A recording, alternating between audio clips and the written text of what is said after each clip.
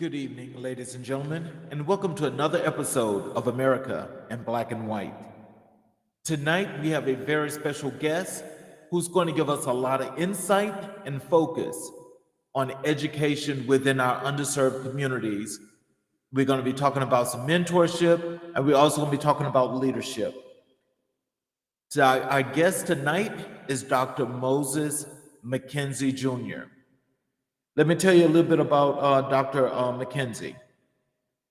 He currently serves as vice principal at PS 26 in Paterson, New Jersey. And one of his branding statements is in order to be successful, you must plan to execute the plan. One of two outstanding professional accomplishments with measurable results for Dr. McKenzie. One of them is he was able to move the most dangerous building in the Paterson Public Schools to safe status.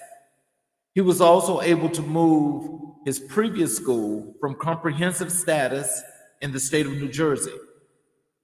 One of two personal details to describe his personality is he is inspirational and motivate others around him to succeed in life no matter what comes. Ladies and gentlemen, I'd like to introduce you all to Dr. Moses McKenzie.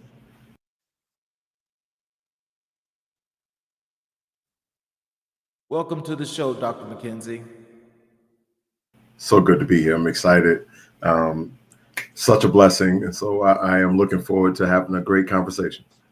Yes, sir. We definitely appreciate you coming to the show. And one of the good things that really was exciting to have you here on the show is you're a rarity, and that is one of few Black men that are in the public school system, where kids that look like you can see someone that's an inspiration to them. Right. So true. Thank you. With the intro and the bio that I gave, is there anything else that you'd like to add to it that you feel like our audience need to know? Anything else? Well, I am just a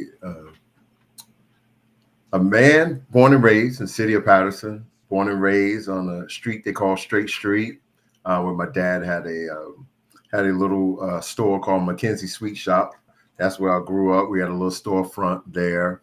I am the son of a pastor, Dr. Moses McKenzie Sr., and the son to a elder Verlene McKenzie as well, the oldest of three. And my father, newly engaged. I'm thankful that I am able to, come onto this platform and share my story. What's going on in the world of education. I have 24 years of experience as an administrator, as a vice principal, a principal, and an athletic director. So I pretty much have gone up and down the scale of, from elementary school to middle school to high school, down back in elementary and middle school. Well, I want to congratulate you on your engagement and also for all the successes that you've had up to this point in your career.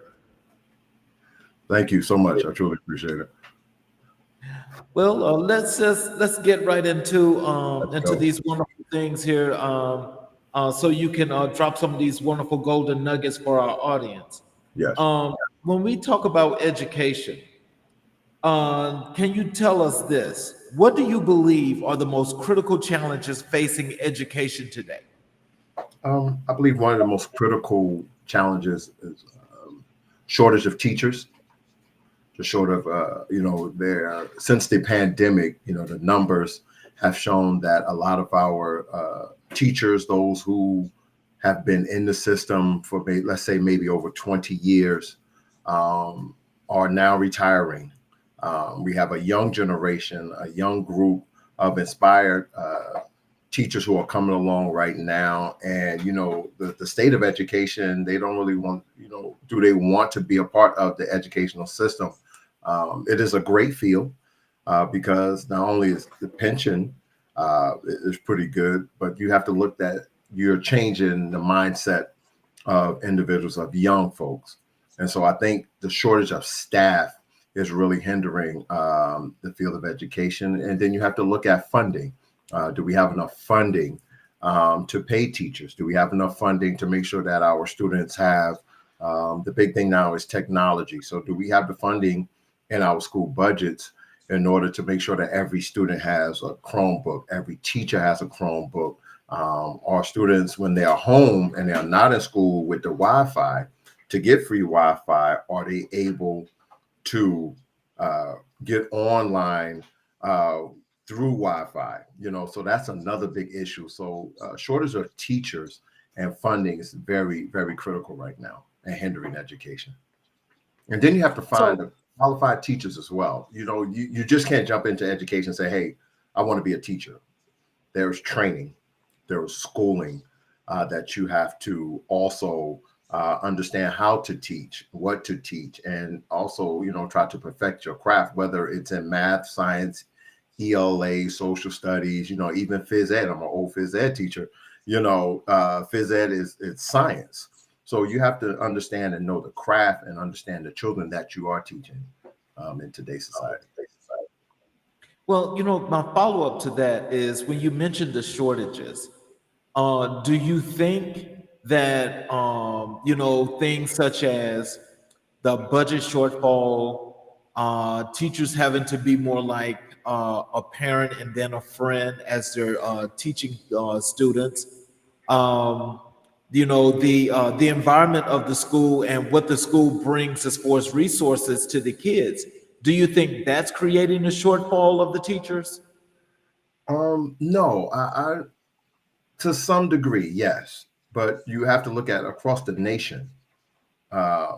Education has taken a back seat, but it is in the forefront because we still have to make sure we have a bright future. We have to raise up our leaders in education, make sure that our students, like my daughter, her generation is able to carry on it. As the old folks say, carry on and hold the torch in order to pass it on to the next generation. I believe where schools are situated, whether it's urban, whether it's suburban, or whether it's in the rural areas, school districts all across the country are struggling with the same issues.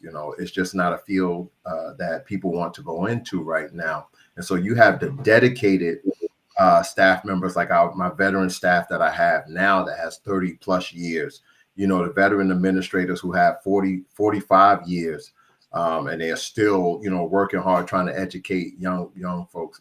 Just like me, I have 24 years, and a majority of the students that I'm their administrator, I had their mothers and fathers when I was their phys ed teacher. So that generation is pretty much fading out. They moving into technology now. Technology is the thing right now. But I believe there's a shift that is coming. I believe that our students, college is not for everybody. College is not for everyone. And so I think the shift is going to go back to able to use our hands, because I enjoyed home economics. I enjoyed shop. So working with our hands is going to be critical, for the next generation as well, with the use of technology, especially with this AI technology that's available right now. So my last question to this, because that's you start out, you got this really wonderful thing going on here. Yeah. Um, what do you suggest? How would you recommend that, let's say, your school system where you are right now in your area, what should you all do to make this a whole lot better? I believe we are in a good place right now. I believe that we are, finding the right individuals to come into the district and to add to the leadership that is there in the district right now. I believe in putting the right individuals, no matter what race, color, or creed, to put the right individuals where students can relate to. Also, we have to look at our ELL, our MLLs, as they are saying right now. They're using multi-language learners. We have to make sure that we have the right people in place to teach them. So right now, I think in the forefront, we are looking for individuals that can speak Spanish and English effectively in order to, you know, move our students forward in the classroom. Okay. Tell me this: how can educators adapt teaching methods to better cater to diverse learning styles? You have to look at the population. You have to, look at the community, understand the community, who you're going to teach. You have to go out and, I would say, survey your community. Your community, put out a survey for students, put out a survey to the parents, put out a survey to the staff and your community stakeholders, and find a common ground on how you're going to move the school. That's the only way to do it. You have to put out surveys. And once you get that data, understand the data and learn how to take that data and put together a plan. Just like my saying, plan to execute the plan. Once you have that plan in place, you're able to use those numbers in order to move the school or the district forward successfully. So let's just say, like in a place where you, so let's say in Jersey, Okay. um, does the state actually take the time to ensure of the quality of the education as well as qualify the teachers that are doing the teaching to make the school system that much better? I believe so. I believe the state of New Jersey is doing an amazing job. With the situations that we're in, whether it's finance with budget or dealing with the teacher shortage, they're doing the best that they can in order to, search and input the right individuals in the classroom for our students. I believe they are. So is the impact something that you're seeing as a positive change that's going forward, that's looking bright? I believe there's a positive impact. I believe that with all that's going on with Department of Education in the state of New Jersey, um, you know, uh, the burden falls, a lot on our superintendents, but it also falls down on the administrators as well, because you have to make sure that you have the right curriculums, you have the right forms of technology. You have to make sure that the classrooms are set properly in order to move our students academically. But also with that, you have to look at the culture and climate of schools. So with all that being said, learning does not take place unless you have the proper culture and climate.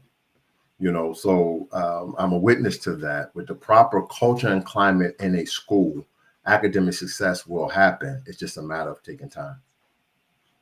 Okay. What role do you think technology should play in modern education? What role? Repeat that again. Let me let that sink in. I like What that question. role what role do you think technology should play in modern education? I think technology should play a very important part in education. It is at the forefront right now. Let's just look at the way things were during the pandemic when everyone was home. Um, During the pandemic, even myself as an administrator, we had to look at all of our parents staying home with their children, being online for 6 to 7 to 8 hours, trying to um, make sure that they remain online, and keep them engaged with the teachers. So technology is very important. Even with the devices that we're using, make sure all the devices are up to date, current, and make sure that our teachers are able to use those devices effectively.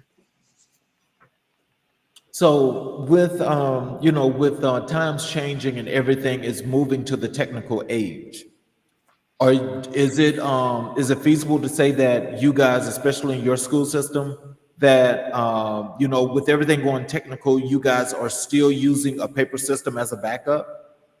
Well, I'm old school. I believe in paper, pen, and textbooks. We can never get away from that. But paper and pen and textbooks and technology should be able to work together, because what's in books now is digital. It's digital right now. And the only thing students have to do right now is basically go online and Google everything, and bang, you have everything there. But if students are not able to receive technology or afford the proper technology or have the proper technology at home, paper, pen, is definitely the key to make sure that it's implemented in the schools. Textbooks is still very important because our students have to learn how to read when they are in the classrooms. They still have to learn how to read. In order to be successful, you have to read. In order to do math, you have to read. Mm. How can schools foster a more inclusive and equitable learning environment? I believe they're able to do that through proper planning, uh, seeking individuals who really care and understand students, who want to teach, who care about the profession. You have to look at the the skill set that the individual is going to bring to the classroom. Whether they have the degrees. You can have all the degrees in the world, but if you're not able to withstand the things that come um, to teaching and educating today's youth, you can never be successful. So I believe that you have to look at the equity pieces and make sure that we have Black and brown educators in front of our students, that we are able to communicate and address all of the languages um, that our students come with. We Patterson's, we are a melting pot. Of over, I believe, over 26 or 27, different languages. So we have to put the proper people in place, or seek the proper people who are willing to go the extra mile in order to teach our children. So, what does that planning process look like? Well, I'm just an administrator, but I pretty much have somewhat of an idea of what that process looks like. Is basically having workshops, not only workshops, but having job fairs, looking at resumes and looking at people's background and what they bring, whether they're coming from an Ivy League school, whether they're coming from Montclair. I came from Montclair State. I graduated from Montclair State in my undergrad. And so we have to look at those individuals who basically bring something different to the table. Someone who's passionate about individuals, who are passionate about children. Well, going to this next question here, I think this is going to be a really loaded question for you. Okay. Um, what strategies do you recommend for promoting lifelong learning among students with educators alike? Wow, that's a great question. What strategies? Let me get the first part of that question. What strategies? What strategies do you recommend for promoting lifelong learning among students and educators alike? I believe in forming a collaboration with parents. As the old saying goes, charity begins at home.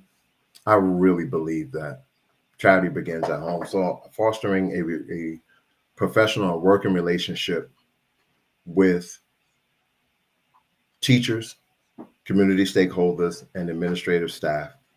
And once you come up with that plan, you're able to, um, foster learning, being able to understand how children learn. A majority of our children are auditory and visual learners.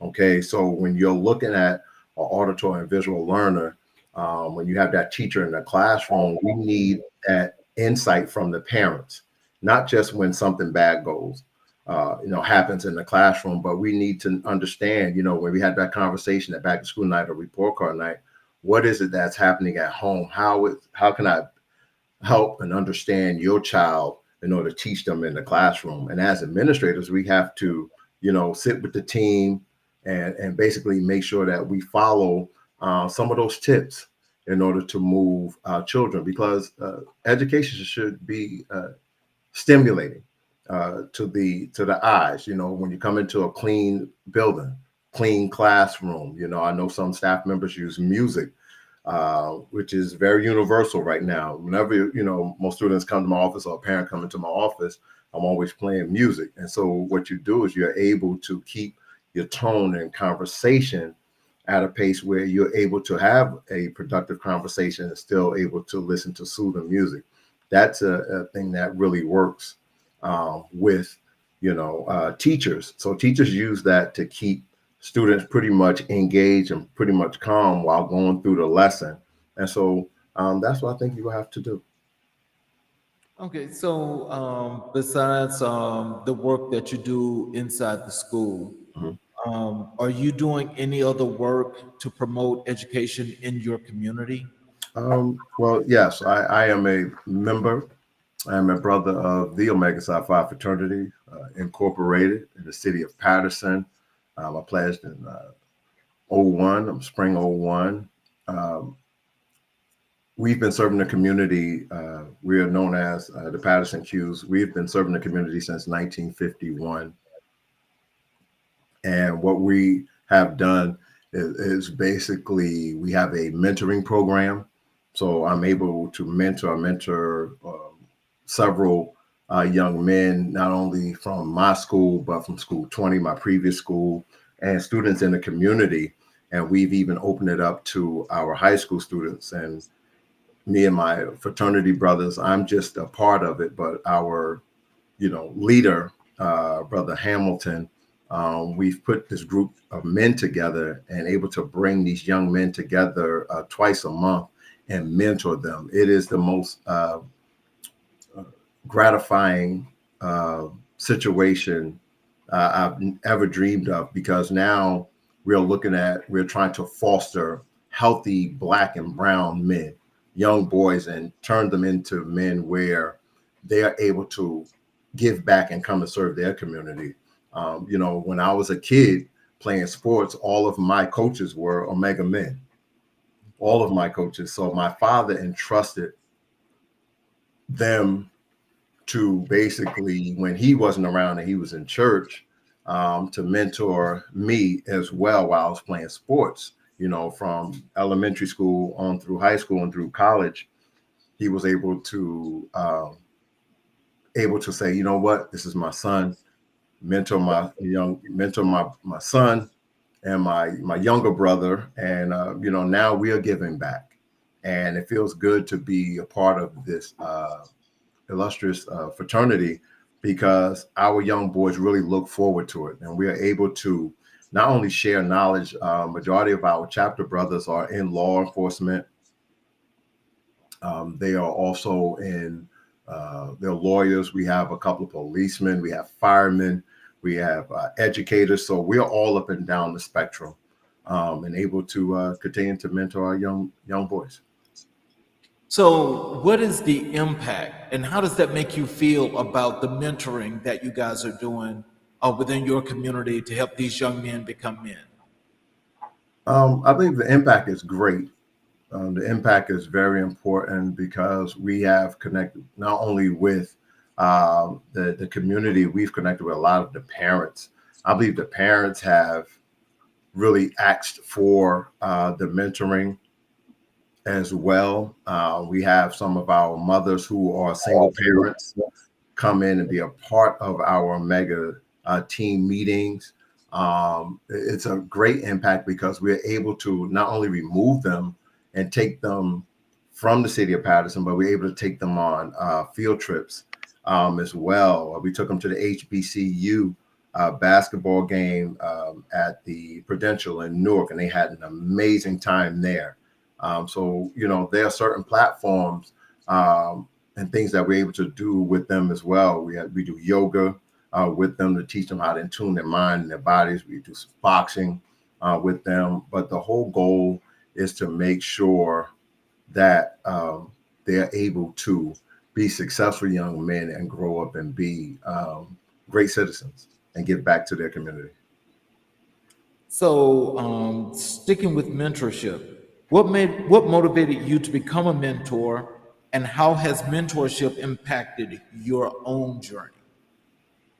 I wanted to be a mentor because of servant leadership. My father instilled in me, my mother, my father instilled in me young age when they were in church. And so I was in service 5 days a week, pretty much when my father, growing up and coming up through the ranks, from a superintendent of Sunday school, um, into assistant pastor, now being a pastor, he was always the first one there. Whether it was him, my mother, or me playing drums while he played the organ, he was always the first one there. And so I looked at my upbringing to how I serve now. Plus, I have a daughter, and even with my daughter now, I was able to, basically set the stage for her and be a mentor to her because she's a daddy's girl. I know it for sure.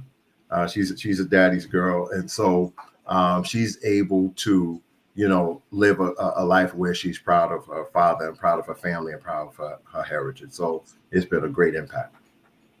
Wow.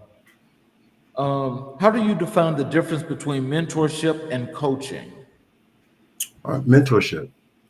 Well, let me get with coaching. So coaching, in order to coach, you're basically modeling when you're coaching. Let's say a football coach. So if you and I've been a defensive coordinator, and I love playing football, and I played baseball, and the majority of my coaches were, coach me. So what you're doing is basically teaching and modeling how you want a program to run, how you want specific things to be ran and met in order to be successful on the playing field. Let's just say coaching in academics, even coaching in academics as an administrator in the school, I have to model expectations. That is coaching. So if I have a staff member who has let's say poor classroom management, it is my job to go into that classroom and model and coach that staff member up to the expectations of the administrative staff and what the district is looking for. Now, when it comes to mentoring is a platform where we are taking real life scenarios, real life situations, and basically try to empower them and inspire them to be successful, not only through academics, but we talk to them about real life situations. What do you do, once you move into, from elementary school to middle school to high school and on to college? Mentoring continues. It's a lifelong journey. Coaching only goes but so far, but mentoring is a lifelong journey because sometimes I sit and I reflect. A majority, of my frat brothers, I look back now at my coaches, the ones who coached me are the ones who still mentor me and are able to support me and allow me to be the successful person that I am because they still have the connection, not only in my life, but in my family's life as well. So, is it safe to say that part of that, both coaching and mentorship that you do, that you also instill critical thinking skills? Yes, critical thinking, we often tell our students, even as adults, we have to think before we act. And so basically, you have 1 minute, 1 minute. You can't say sorry if you stand in front of a judge. You can't say, I didn't mean to do that. You just can't. And so you have to sometimes take a step back and breathe. And whatever the situation is, pull yourself back, gather your thoughts, and basically be able to make the right decision, no matter the situation, It's personal, health related, has to deal with the school. You have to look at that situation at that time and say, what is the best strategy for me to handle the situation? What advice would you give to someone seeking a mentor? The advice I would give is seek a mentor, someone you trust. Trust is very key. Seek someone who understands your drive, understands your why. Seek someone who understands your why. I have several mentors. I know she's probably watching now, Dr. Biggs. She's been an inspiration to me since I was a young administrator. Seek someone who sees a promise in you. Seek someone who is going to be there through the good and through the bad. Seek someone that you're able not only to share um, professional thoughts and conversations with, but someone who understands your personal life, understands your family as well, because it all ties in together.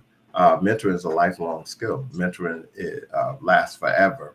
And so seek someone that you really trust, someone you believe in, someone that is always going to be honest with you. Honesty is the best key. Can you share a memorable mentorship experience from your own career? Mentoring experience. Probably one of my best mentoring experiences when I was at a certain school in Patterson Public Schools. And my mentor, who's still my mentor, Dr. Biggs, she pulled me to the side and I was struggling with trying to find my why. I was doing all of the discipline, stressing out parents and, doing all of, putting out all the fires in the school. And she looked at me and she said, "You're better than this." She said, "There's more to you. You have to understand, why are you here? You're not just here to do just discipline. There's an academic piece to your leadership. Who does Moses McKenzie want to be?"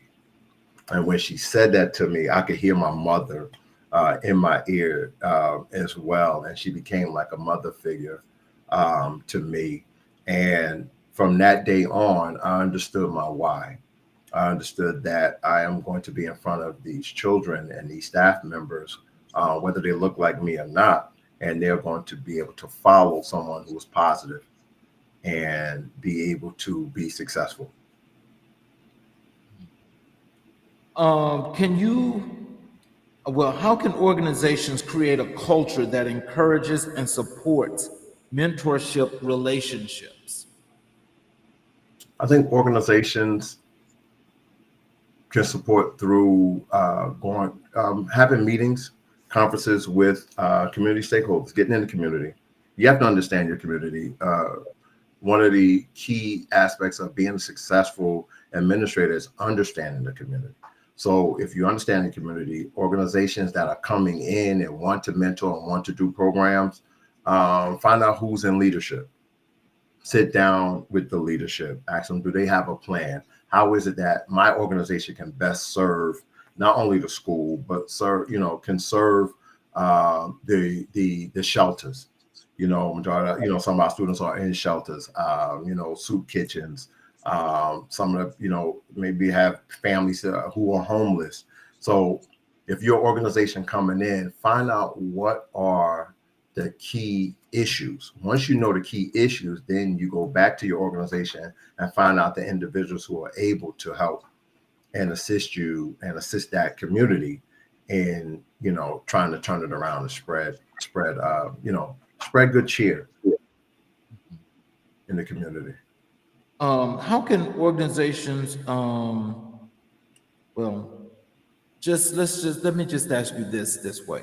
Okay. When it comes to like the mentorship programs that you guys are establishing and how you're establishing yourself within the community, are you guys building culture, building like new foundations, doing things to kind of like change the community in that way where all the images are changing, or is it just pretty much just doing life lessons? No, I think we're changing the community because what we're doing is we are through our fraternity, we're teaming up with our sister fraternities, the Deltas, Delta Sigma Theta. Big shout out to Dr. Jalen Lott. Uh, what we're doing is we're teaming up to service our females as well. And so what we're doing is trying to make sure that our students have someone that when mom and dad are not home, when if they're in school, that they have a program that they can go to. We're also we team up with with the Department of Recreation, with the YMCA, after school programs. And so what we're trying to do is make sure that we're able to use the connections in the community in order to service everyone. So that's what we're able to do. We're just teaming together and try to make sure that our parents are able not only to fall back even on the church. We have some churches who have literacy programs. We have some churches who are food banks as well. And so, through fraternities, sororities, through community service, we're able to create these programs with our Masons and our Elks, our Eastern Stars. It's a community thing. No one is higher than the other. It's how we're going to move the city of Patterson and the Passaic County, areas to being successful and have an environment where our students and our families are happy to be a part of this melting pot. Wow, that's a great thing. So, do you guys also sponsor or give out a lot of scholarships to the kids in the community? Yes, we have scholarship programs as well that we through the fraternity that we give to our athletes as well. Those who are top, athletes, or even our academic athletes.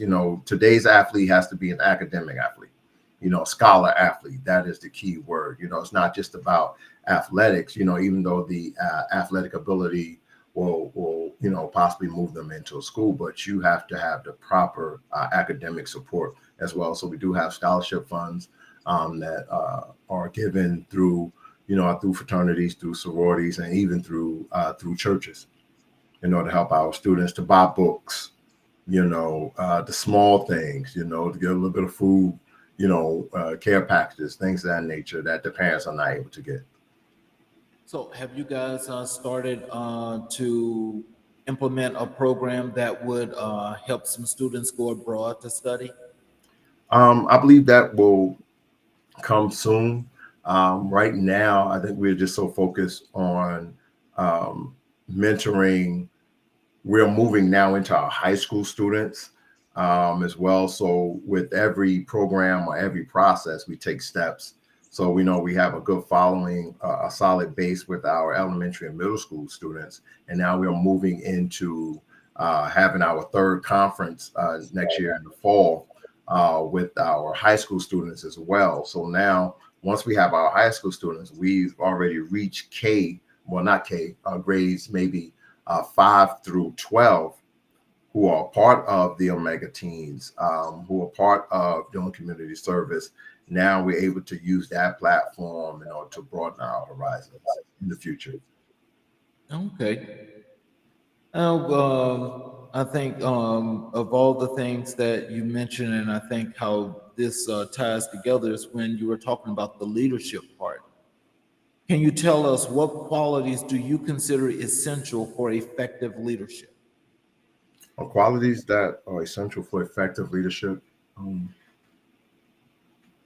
tough skin, gotta have desire. You have to have a calm demeanor.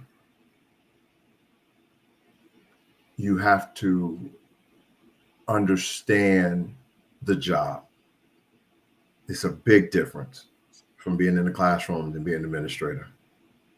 And so, in order to be effective, you have to, one, be qualified. You must be qualified in order to be a successful leader. I made a post on LinkedIn that leadership has no rank. There's no rank in leadership. Either you're a natural leader or, you're average leader. But the one thing that sticks out with leadership is being a servant. You have to be a servant. And if you're able to serve first and move and help others, I think that is a great component to being an amazing leader. Someone that puts the people first. You pour into people first before they're able to pour into you. That will come. Your blessing will come eventually, but you gotta first pour in to the individuals that are working with you, that are willing to go that extra mile for you in order to be a great leader. So, can you share a significant leadership challenge you faced and how you overcame it? A leadership challenge.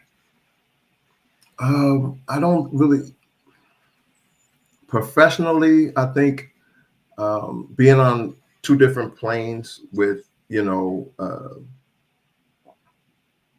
administrative wise, being on two different planes, being a principal, and let's say having a VP or another administrator that's not on the same plane. I think it's very difficult if you don't understand each other.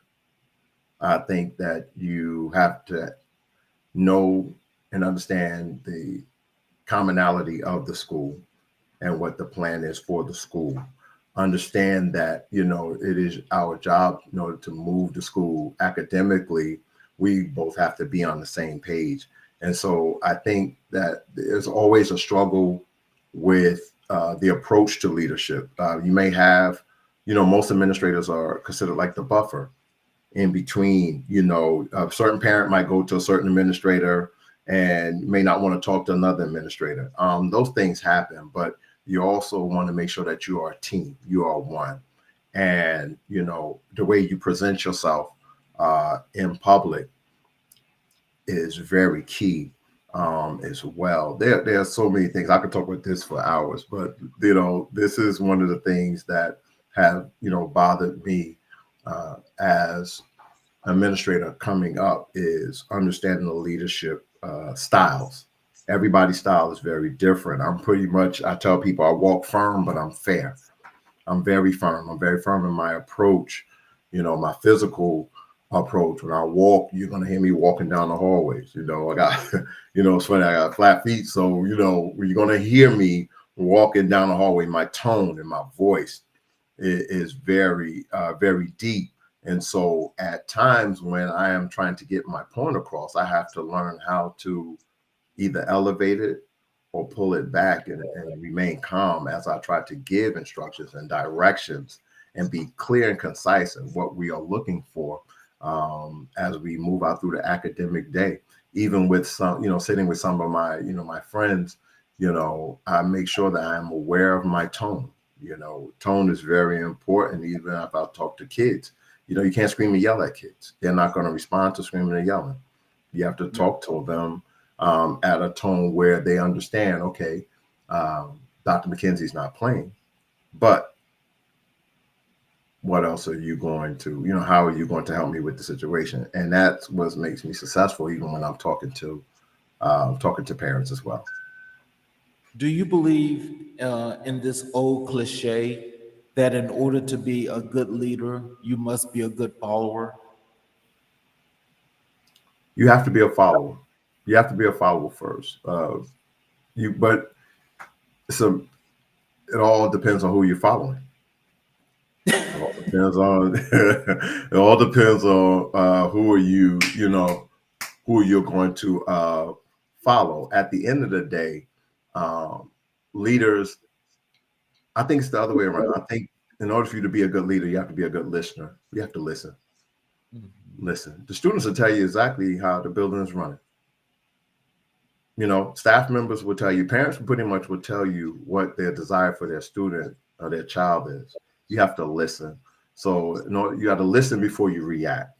If you're able to listen, be a good listener, then you're able to formulate what you're going to do. Then you're able to formulate a successful plan, and the lines of communication will remain open.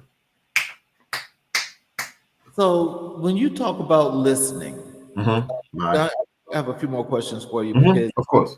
this follow up here is, when you're talking about being that good listener and so forth, how do you know when you hone in on that listening skill, who's a good listener and who's not?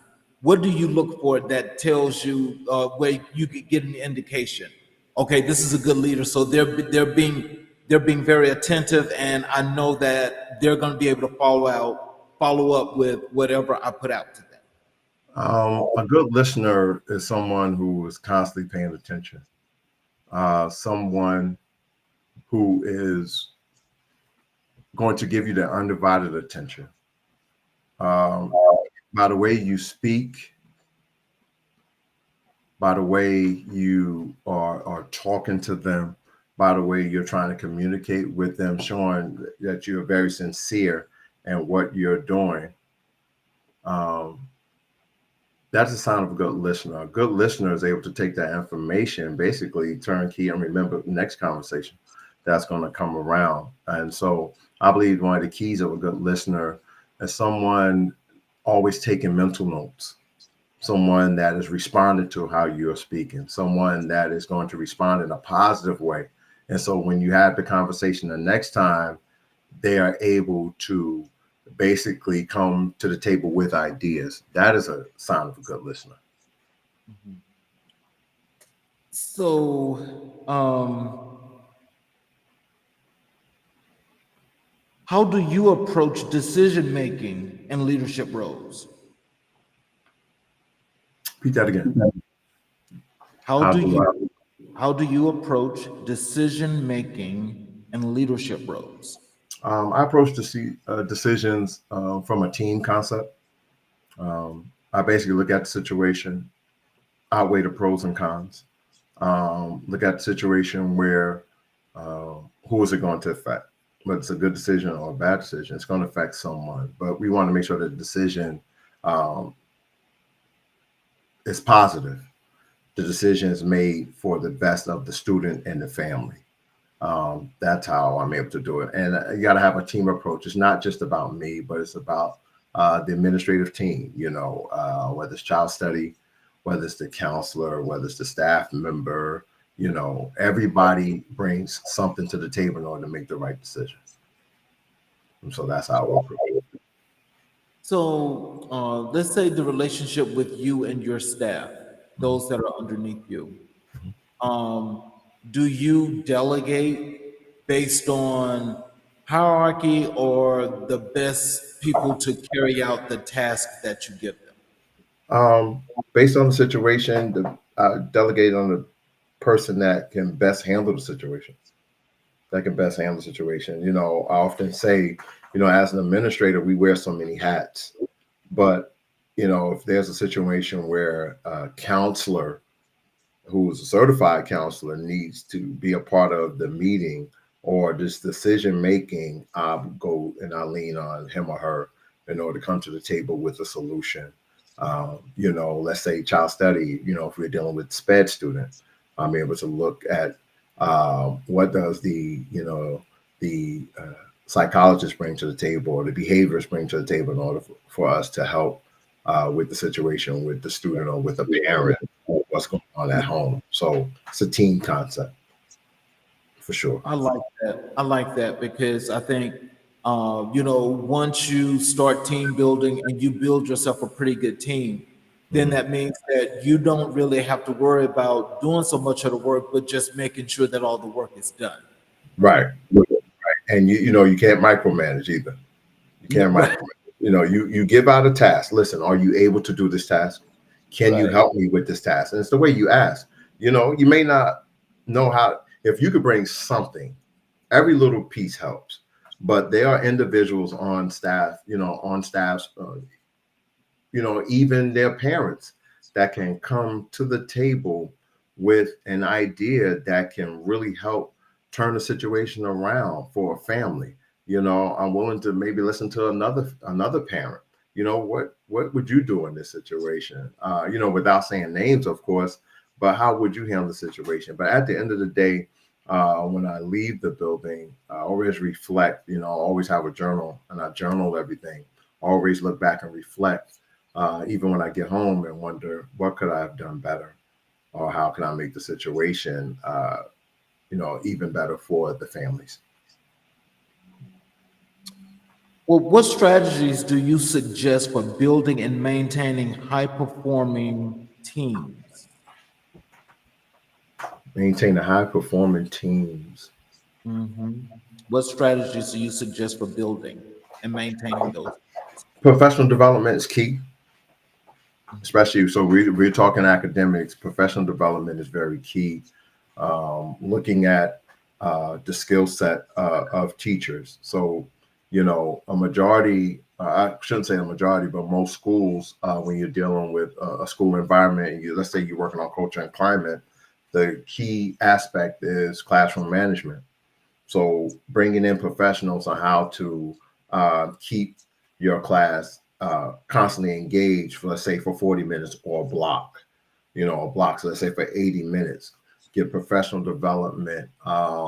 Also having PLCs, common planning time for our teachers in order to sit and, have ideas and create ideas for one another in order to help each other out in the classroom. That is very key, and allowing teachers to be leaders.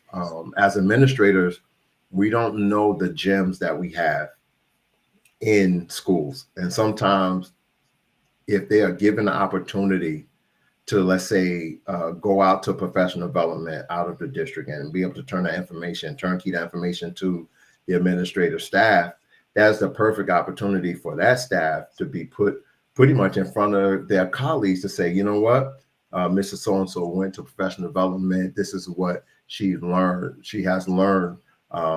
This is how we're going to implement it here in this building. So now you've opened an avenue for this teacher, whether it's male or female, to basically turnkey something that they have been inspired to learn, and they feel confident presenting it to their colleagues and to the administrative staff. In your opinion, what is the role of empathy in effective leadership? The role of empathy, that's a deep question, because empathy is very important. I think you have to understand the individual. Empathy is understanding the individual, understanding the situation. A lot of times we as administrators we go through a lot of situations. Let's say I always say to my staff, first and foremost, your health and your family come first. And so when it comes to being, empathetic with staff members, I have to look at it. If I was in that situation, what would I do? And I believe in understanding that, it could have been me probably in that situation. So when it comes to empathy, understanding the situation, understanding the individual, and how can you best serve, not find a solution, serve and support that person through that situation. Well, how do you do that if you don't plan on getting so emotional? Um, we're human. We're going to get emotional. We're human. And, just like, if you lost someone, grieving, like, when someone's grieved, you have to give people time to grieve. We as humans, we're going to go through times where we have to grieve. And a majority of some teachers, I know some teachers that deal with grieving come to school maybe the next day. It's like, did you have time to do it? And so I understand that, being in school is probably the best thing for them. But the empathy piece comes in, but like, God, I wouldn't be able to come to work the next day, but always be able to show and tell them that, listen, I'm here for you. I'm here for your family. My door's always open. Being someone that they can come to and always speak and basically share how they're feeling, no matter what time of the day it is. Even if I'm in a meeting, I make sure that I double back and check on everybody. That's what I try to do in my building. I make sure, in the mornings that I'm able to greet them. The first person they see pretty much when they walk in the building is me. They pretty much see me at the door, and I'm greeting everyone. I'm always saying good morning to my guards. And at the end of the day, when it's time for dismissal, pretty much the people I did not see, I make sure I see them on the way out and say, "Hey, how was your day? How are you feeling today? Hey, if you had a rough day, had some discipline issues in your classroom, hey, it's going to be a better day on tomorrow. Just hang in there." But I'm very, very, very key on understanding the individuals that I have to be empathetic with.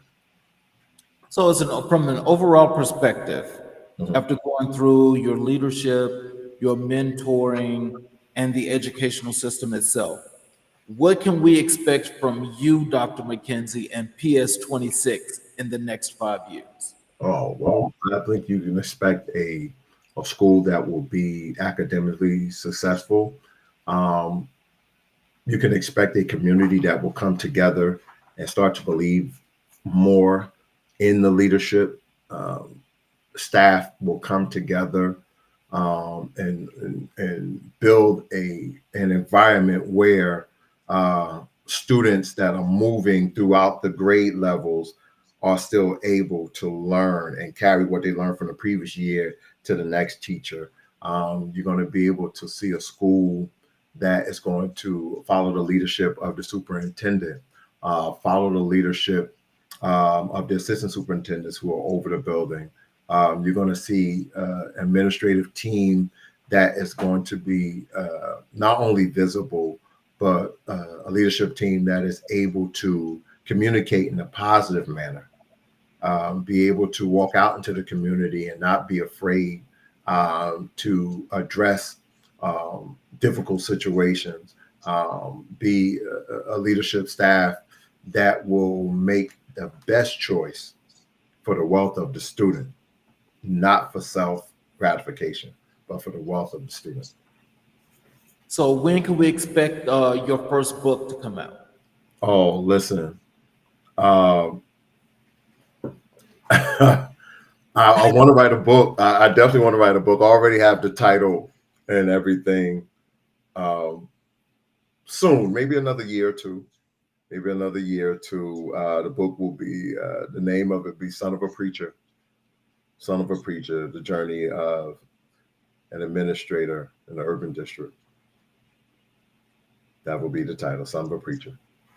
Son of a preacher. Son of a Why Preacher. son of a preacher instead of being the best administrator public schools have ever seen? Totally different. I believe as an administrator, and now even before I got my doctorate degree, I believe my skill set. Believe it or not, they said that great leaders are phys ed teachers. When I was a phys ed teacher, I had 60 kids, and per class, for 7 periods. I believe that I'm a good administrator. I'm a transformational administrator. I believe that I am a positive role model for our students and for our community. I believe that as a Black man with a doctorate, I've done something and accomplished a feat that a lot of people cannot do or have not finished. But the love and support from my family has thrust me into the leader that I am today. Well, I That tell you, I myself, as well as this audience, I'm sure I can tell you that we're very, very proud of you, the accomplishments that you have, and the many more that you have coming. Thank you. And I'm sure that everybody's enjoyed the show. I've enjoyed this tonight, and I appreciate you for taking the time to Thank you. bless us with your presence. And I hope that there's another appearance for you on the show in the future, Thank you. because it's strong leaders like yourself that help to impact this show and for what that mission is. And the mission of this show is to impact all of those underserved communities Mhm. for those people that need to have something to look up to, but also see people that look like themselves Right. that inspires them to build and to move forward. So I want to thank you very, very much, and just hope again, like I said, that you would come back and visit the show again. And Definitely. and I want to thank everybody out there that has watched the show. Ladies and gentlemen, we just had a wonderful, wonderful time here talking with Dr. Moses McKenzie Jr. And I want to thank him and all of you all for watching this show. Thank you. Thank you. Yes, sir. And you have a good day, a good Yes, sir. evening, Yes, sir. and blessings to everybody that watch. All right. Thank you all. Thank you.